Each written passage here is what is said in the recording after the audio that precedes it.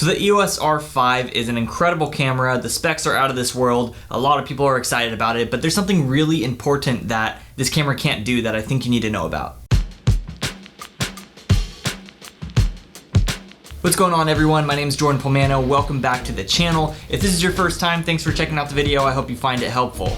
So there's a lot of excitement in the camera world right now with the Canon EOS R5, the R6, the A7S III, and the brand new Blackmagic Ursa Mini Pro. Now, anytime a new camera is announced, everyone's really excited. You have brand new specs, brand new sensors, everything in there that are hopefully making the last camera even better. And I think most of us are quick to sell our existing gear to get this, but there's one thing that I think a lot of people overlook when they're buying a new camera. Now, a lot of new filmmakers tend to think that the better the camera, the better your image. Now, resolution-wise and specs-wise, yes, it's going to be better, it's going to be bigger, larger, there will be more color depth in there, whatever it is, but the actual image and what's giving you a cinematic look is not going to be better. There are so many times when I'm shooting on a high-end cinema camera like the Red or the Arri Alexa, and people just trip out at the mere fact that I'm shooting on that camera, and they automatically assume that that camera is just going to look incredible. Now, shooting on a high-end camera like that, of course, is going to look great. You know, if you were to go outside and shoot with it, as long as you're exposed properly, it is going to look good. But a lot of people don't even think about that part of filming when they see the camera. They just think if you put it on a tripod, you hit record, it's going to look great. And this goes all the way back to prosumer cameras like the R6, the R5, and all of these that are coming out. Now, a lot of people assume that the higher the frame rate, the higher the resolution, the better the footage. And that's just not true. For the frame rate, you should be shooting based on what kind of shot you're trying to get, what kind of style you're getting.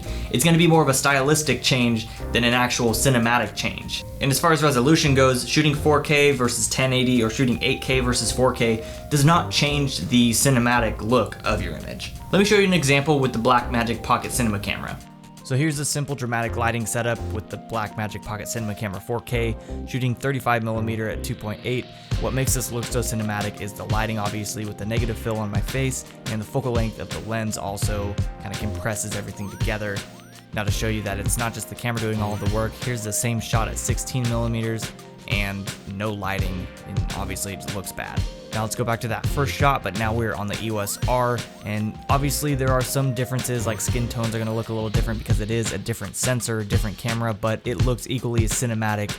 And all I had to do to get this look is give it a little more light than the Blackmagic and also move the camera back just a little bit to adjust with the crop factor, but all of these changes were very minimal.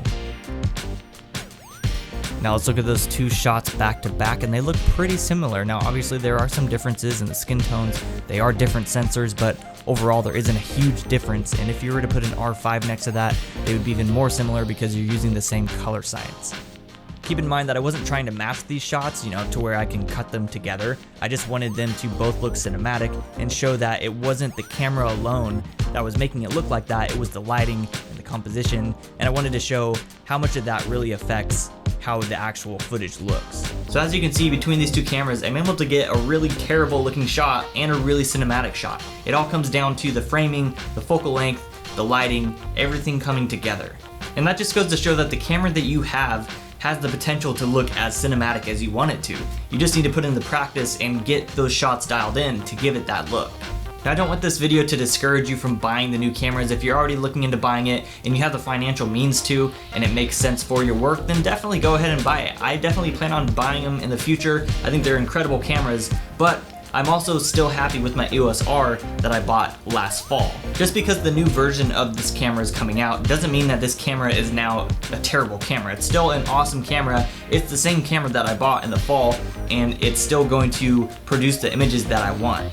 So maybe before you jump ahead on buying a brand new camera right away, just consider your options. Maybe you can put that money into some nicer lenses or better lighting that's gonna give you a more cinematic look to the footage with the camera that you already have. Or maybe it makes the most sense to jump in and get the brand new cameras. That's great. I'm not saying don't buy that camera, but I think that you should double check and really do your research before you take the step into buying new camera bodies, because these camera bodies don't last long as far as the market goes. There's always going to be new cameras coming out, and we're always going to feel that need to keep up with people. But at the end of the day, if you're putting out incredible content, it's not because of the camera you're using, it's because of the eye that you have, it's the filmmaker that you are, and it has nothing to do strictly with the camera body and the specs within that. I hope this video was helpful. I hope that it wasn't too much of a downer, because I know it seems like I'm against buying new cameras, which I'm really not. I do plan on getting those cameras, but I am gonna wait a little bit because I don't need anything right now. This camera is perfectly fine for what I'm shooting on.